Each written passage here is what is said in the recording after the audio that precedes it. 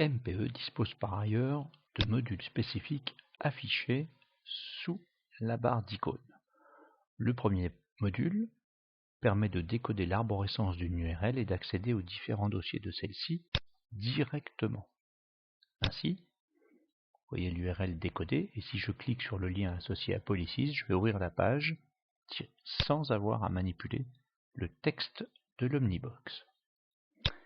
MPE dispose aussi d'un module de tâches à faire très simple.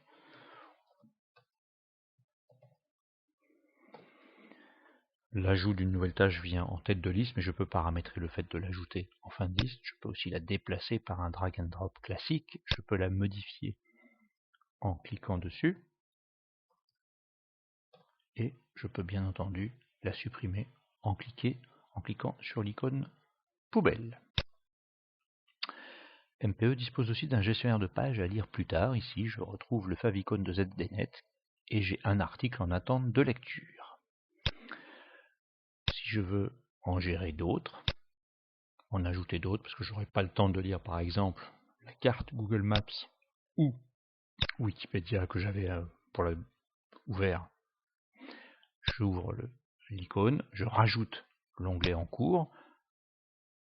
Cette fois-ci, le nombre de pages à lire plus tard est augmenté de 1, l'onglet est fermé.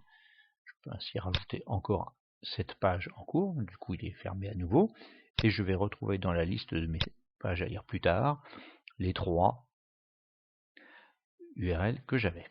C'est précisé, je peux bien entendu déplacer l'ordre des pages dépilées par un drag and drop. Je peux supprimer aussi une page qui finalement ne m'intéresse plus, et ici en cliquant sur la petite icône, je vais ouvrir la page Wikipédia et revenir retirer de la liste l'élément que je viens d'ouvrir. Un gestionnaire de sessions permet d'enregistrer l'ensemble des onglets ouverts de façon à pouvoir les réouvrir ultérieurement. Par défaut, le nom est le titre du premier onglet. On voit que dans cette session, cette fois-ci, j'ai 2 onglets à ouvrir, Google et Wikipédia. Je peux aussi modifier l'ordre par un drag and drop de la session.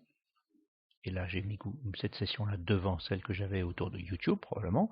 Si je clique sur cette session avec la touche majuscule, je peux éditer cette session et rajouter une page voulue ou éventuellement retirer une ancienne page. En cliquant dessus, je sauvegarde la mise à jour et si j'active cette session, je vais ouvrir l'ensemble des URL associées à cette session.